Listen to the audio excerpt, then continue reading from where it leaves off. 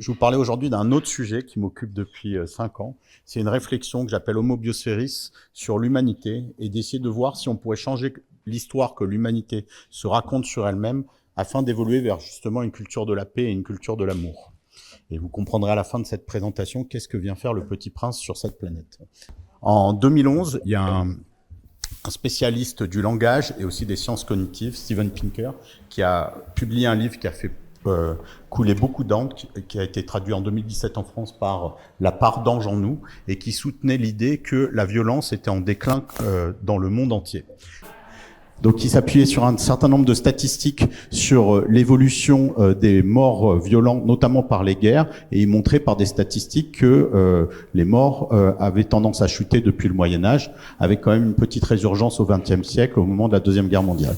Et il expliquait ça par un certain nombre de phénomènes, notamment le développement du commerce, le développement de l'éducation, le développement de l'empathie, qui devenait quelque chose d'assez généraliste, et aussi d'un certain nombre de lois qui posaient des concepts sur la protection des droits humains, la protection des enfants, la protection des femmes. Mais ce livre ne correspondait pas à ce que les gens ressentaient, et en fait, dans ce livre, il avait choisi des statistiques pour mesurer la violence, mais il n'a pas mesuré certains types de violences, des violences qui sont structurelles et qu'on retrouve dans la société, par exemple sur les inégalités de salaire, sur le travail forcé, sur l'accès à la santé, l'éducation, l'eau, aussi des violences plus psychologiques et émotionnelles, des violences contre les genres et des violences économiques, et donc il ne mesurait pas tout ça. Et si on regarde aujourd'hui les statistiques, en fait, même sur la violence physique, les statistiques ont tendance à remonter. Là, vous avez une courbe sur l'évolution des actes violents aux États-Unis et sur les homicides, et on voit que depuis 2015, ça remonte énormément, et on peut se demander qu'est-ce qui est à l'origine de ça. Et il y a un certain nombre de personnes qui disent que une des raisons pour lesquelles la violence augmente, c'est que l'humanité a saturé la planète, qu'on se heurte aux limites planétaires, et que le fait que l'humanité passe aux limites, ça va créer quelque chose qui est très criminogène et qui devrait augmenter la violence. Et cette violence, elle n'est pas liée que aux conditions écologiques sur la Terre, elle est aussi liée à d'autres phénomènes, d'autres tensions qui pourraient nous amener à une sorte d'annihilation de l'humanité.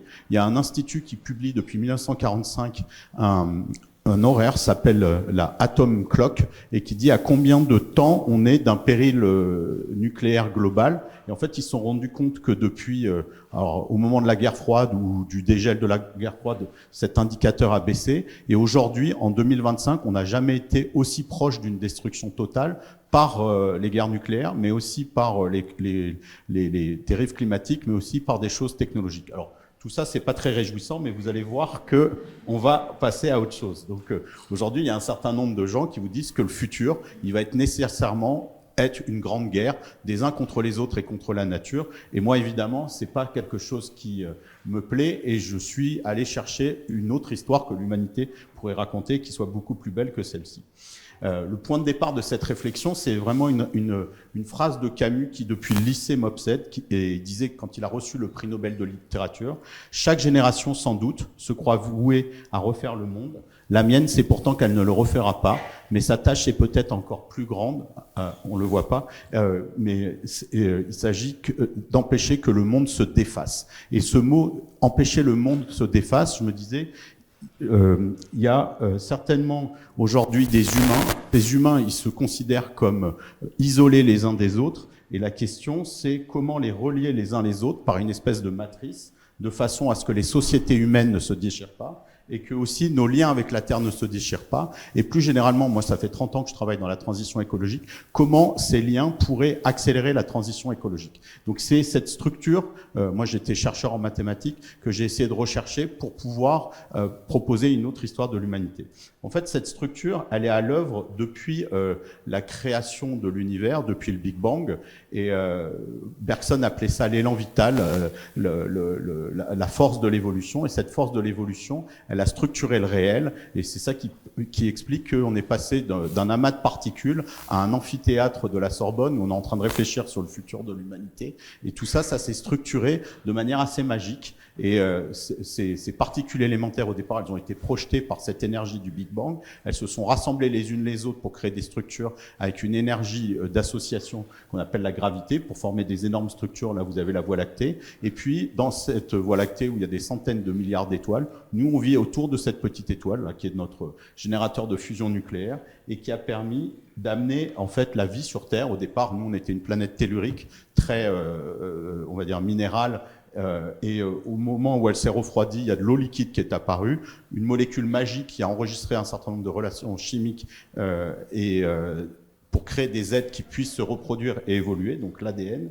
Et cette force d'organisation qui amène le monde à aller vers plus de complexité, plus de conscience et plus de beauté, elle est aussi à l'œuvre dans le vivant. Elle a permis des sauts en complexité majeurs. Il y a eu un premier saut en complexité quand on est passé de cellules à des êtres multicellulaires. Aujourd'hui, c'est un mystère pour la science de savoir comment des cellules peuvent créer un autre être qui a une conscience d'ordre supérieur par rapport aux cellules qui le composent. Et vous en êtes tous la preuve, parce que quand on se réveille le matin, on a l'impression d'être soi, mais vous êtes un assemblage de 30 000 milliards de cellules qui coopèrent pour être vous. Donc je vous demande d'applaudir vos cellules qui de manière magique, œuvrent jour et nuit pour que vous puissiez avoir cette aventure de la vie. Et cette énergie d'association, elle a été à l'œuvre une deuxième fois, et vous venez de le voir dans ces images de One Home, pour créer un gigantesque être vivant qu'on appelle la biosphère, qu'on peut surnommer Gaïa aussi, qui prend soin de tous les autres êtres vivants. Donc de la même manière que votre cellule compose votre corps, et que votre corps prend soin de vos cellules, tous les espèces, les 9 millions d'espèces interagissent les unes avec les autres, constituent un gigantesque être qui s'appelle Gaïa et qui prend soin de nous. Par exemple, par l'atmosphère, elle empêche des météorites d'arriver sur nous, par la couche d'ozone, elle empêche les rayons cosmiques d'arriver, donc il y a des propriétés globales, elle distribue l'eau, elle distribue les nutriments, elle stabilise la température, on n'en a même pas conscience, mais on vit à l'intérieur d'une grande créature, et en fait le projet One Home que je vous ai montré, c'est un projet en fait comme une sorte de macroscope qui permet de voir l'être auquel on appartient. Et je voulais remercier aussi Satish Kumar, c'est lui qui a fait les paroles sur cette musique, c'est aussi un acteur de la paix extraordinaire et qui sera à Paris dans une quinzaine de jours. En regardant en fait cette force d'évolution, et je réfléchissais à cette humanité où tout le monde nous prévoit qu'on va s'entre-déchirer, et je me disais, en fait, on est peut-être à un stade similaire dans l'évolution humaine, où le prochain stade de l'évolution humaine, c'est de passer de 8 milliards d'humains séparés et qui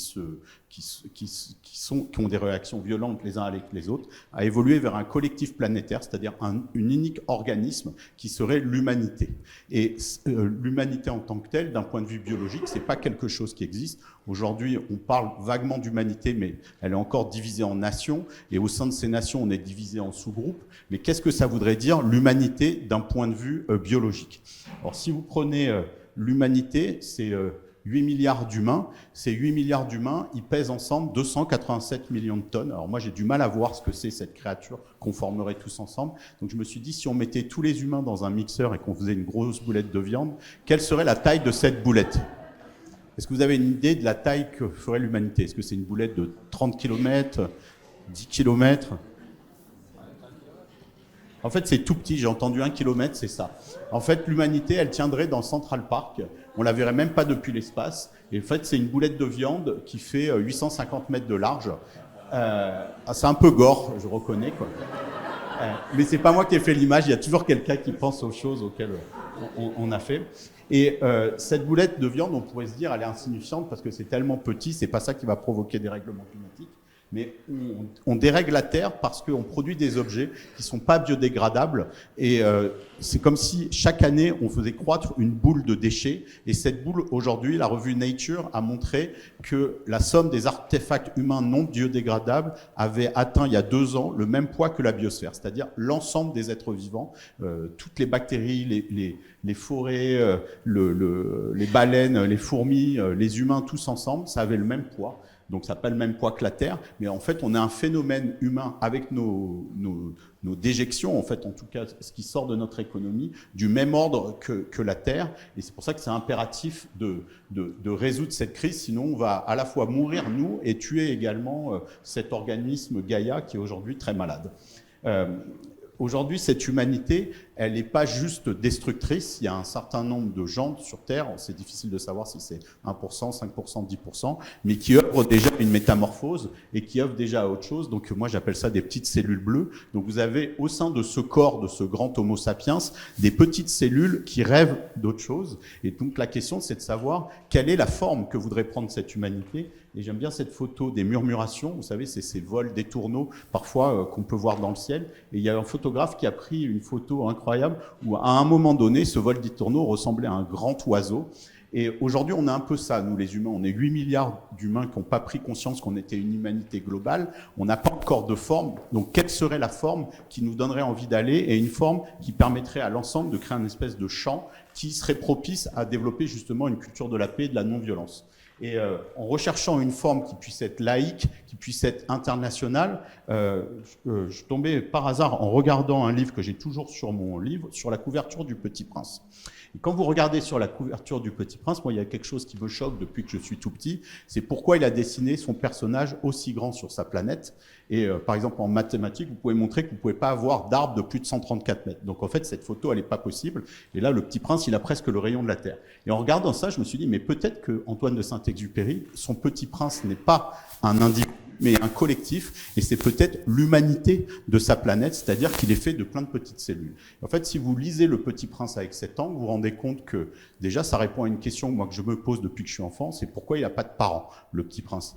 Et en fait, là, un collectif, nous, on n'a pas besoin d'avoir un parent sur l'humanité, c'est des cellules qui s'assemblent, et donc, le Petit Prince pourrait être un collectif planétaire. Et quand vous regardez sa condition, les pieds sur Terre et la tête dans les étoiles, si vous étiez la conscience de l'humanité, de ces 8 milliards d'humains, de la même manière que vous êtes à la tête de ces 30 milliards de cellules, en fait, vous demanderiez qu'est-ce qu'il y a autour de vous, quelles sont toutes ces choses, et puis surtout, vous demanderiez comment vous faites pour prendre soin de la planète à laquelle vous êtes, prendre soin de vos cellules. Et donc, le Petit Prince, il nous donne des clés. Et une des clés, c'est de passer tous les matins 1 heure à prendre soin de notre planète. Et si on faisait déjà ça chacun, avant d'aller travailler, en fait, on vivrait dans un monde qui serait absolument magnifique.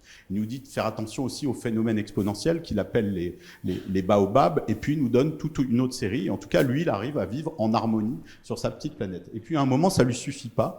Il décide de partir en voyage. Et avant d'arriver sur Terre, il visite 6 planètes. Et sur chacune de ces 6 planètes, si vous regardez le Petit Prince avec cet œil-là, il y a toujours sur chaque planète un unique humain qui est un collectif planétaire malade.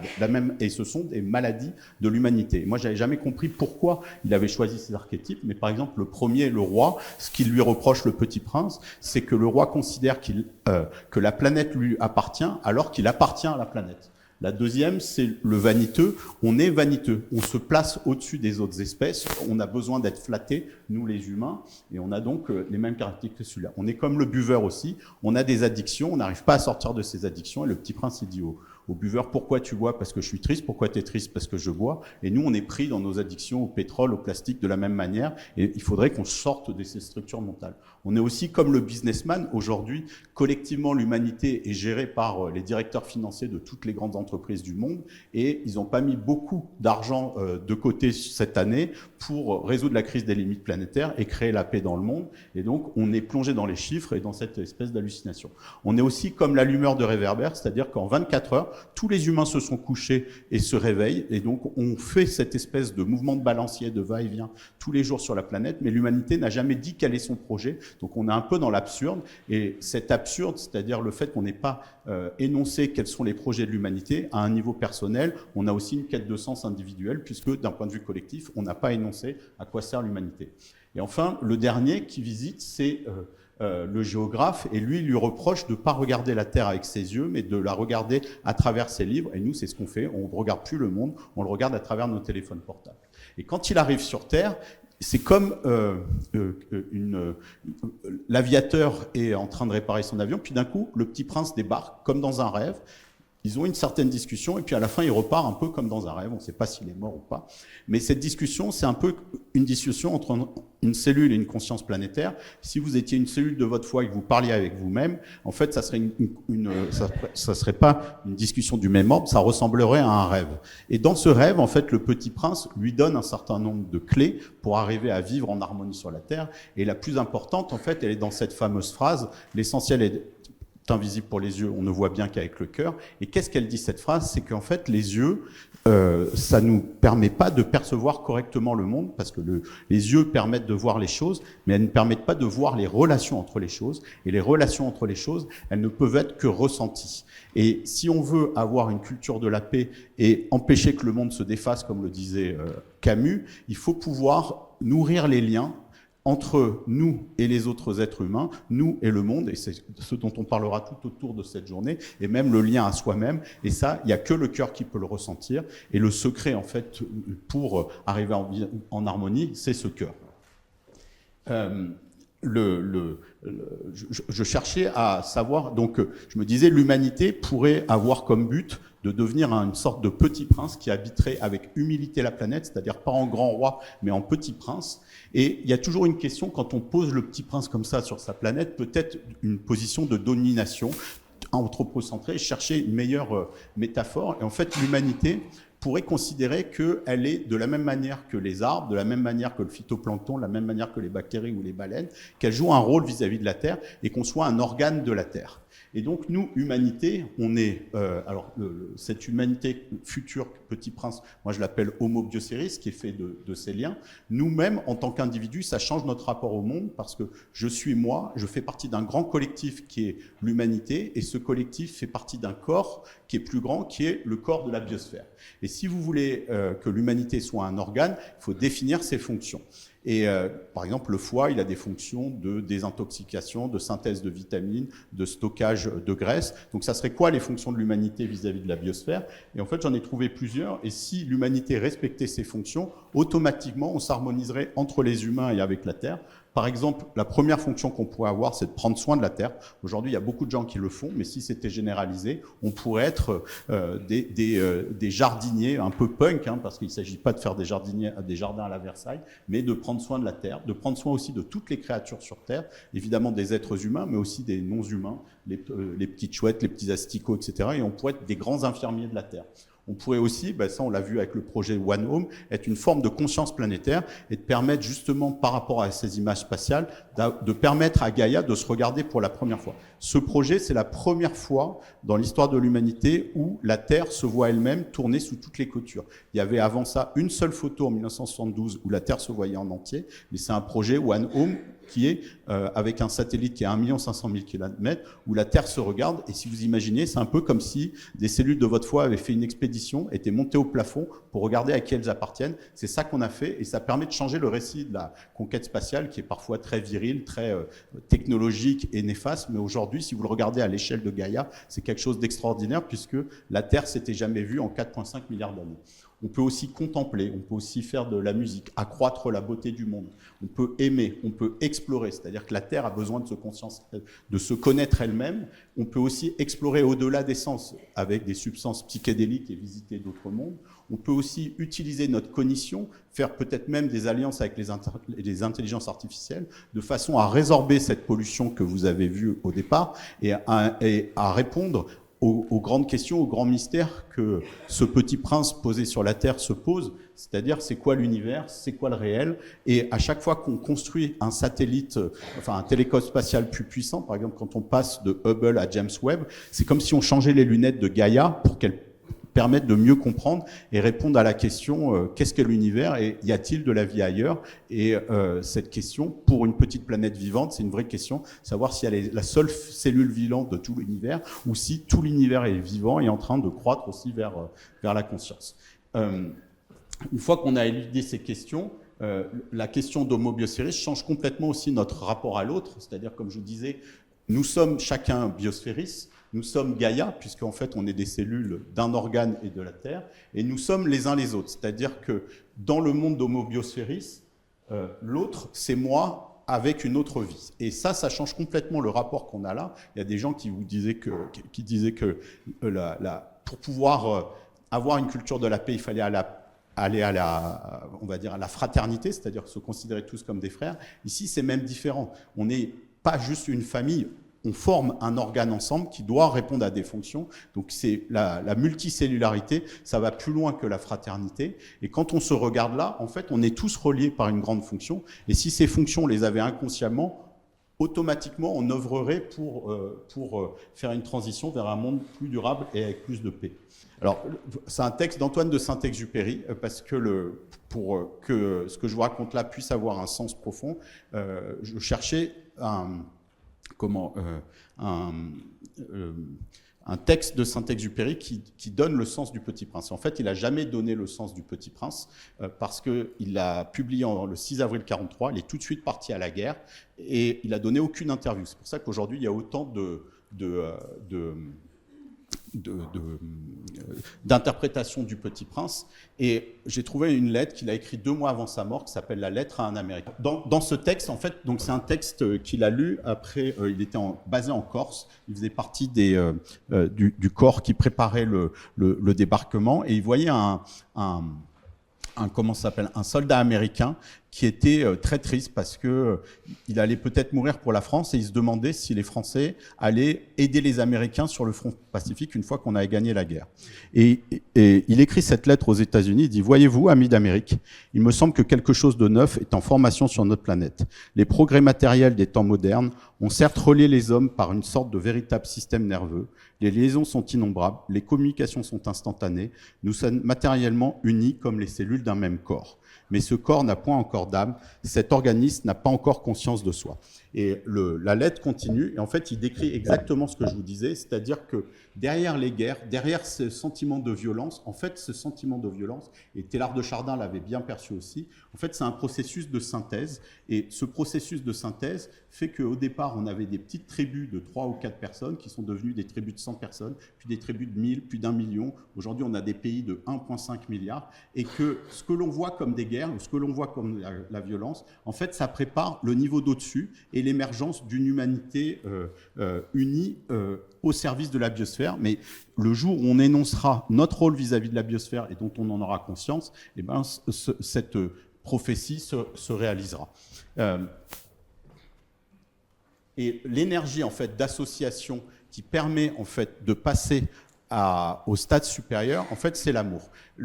Qu'est-ce qui fait que des atomes se lient entre eux? C'est une énergie qui fait qu'ils donnent tout pour former une molécule et après ils ne deviennent plus des atomes séparés. Pareil, quand vous passez de molécule à un être vivant, d'être monocellulaire à multicellulaire, ce qui unit les choses en soi pour créer une structure d'ordre supérieur, c'est le don infini de soi, c'est l'agapé pour le tout. Et pour avoir besoin en fait de créer ce collectif planétaire, on a besoin en fait que les humains ouvrent leur cœur, quoi. Et si cette énergie d'amour circule, l'humanité pourra passer à ça et donner à cette humanité qu'elle devienne une entité qui prenne soin de chacune des parties. Et cette énergie d'amour, c'est aussi ce qui manque dans le mouvement d'écologie aujourd'hui, qui reste très cérébral et parfois aussi très combatif envers ceux qui devraient intégrer. Et cette posture d'amour à l'infini est vraiment ce qui pourrait permettre d'accélérer cette transition. Et ce secret, il est donné dans Le Petit Prince. En réfléchissant à cette question, je me disais, ça serait intéressant de raconter comment on peut passer d'Homo sapiens à Homo bioceris. Et pour moi, j'ai le sentiment que derrière l'illusion de la violence qu'il y a dans le monde, cette énergie d'amour ne demande qu'à être activée et que Homo bioceris, ce n'est pas quelque chose qui va arriver dans 100 ans, c'est quelque chose qui pourra arriver en 3 ans. Et je me suis lancé le défi, en 3 ans, d'écrire 3 romans qui expliquent comment, en 3 ans, on peut arriver à passer du monde actuel, avec des divisions entre la Chine, les États-Unis, des réseaux sociaux, des politiques un peu fous, et comment on pourrait, à partir de cette énergie d'amour, arriver à cette civilisation d'Homo bioceris. Le premier tome de cette saga est sorti il y a 1 an. Il s'appelle La Petite Princesse. Il a été préfacé par l'héritier d'Antoine de Saint-Exupéry. Et la petite histoire, c'est que Antoine de Saint-Exupéry, on a retrouvé il y a 2 ans une lettre dans laquelle il a promis à sa femme d'écrire une suite du Petit Prince qui devait s'appeler La Petite Princesse. On n'a jamais retrouvé le manuscrit. Et dans le livre, qui est un thriller, une petite fille recherche ce manuscrit dans lequel il y aurait les clés d'activation d'Homo Biosphéris. Si vous voulez suivre ces aventures, vous pouvez aller sur le site révolutionbleu.fr ou sur mon site personnel. Je vous remercie.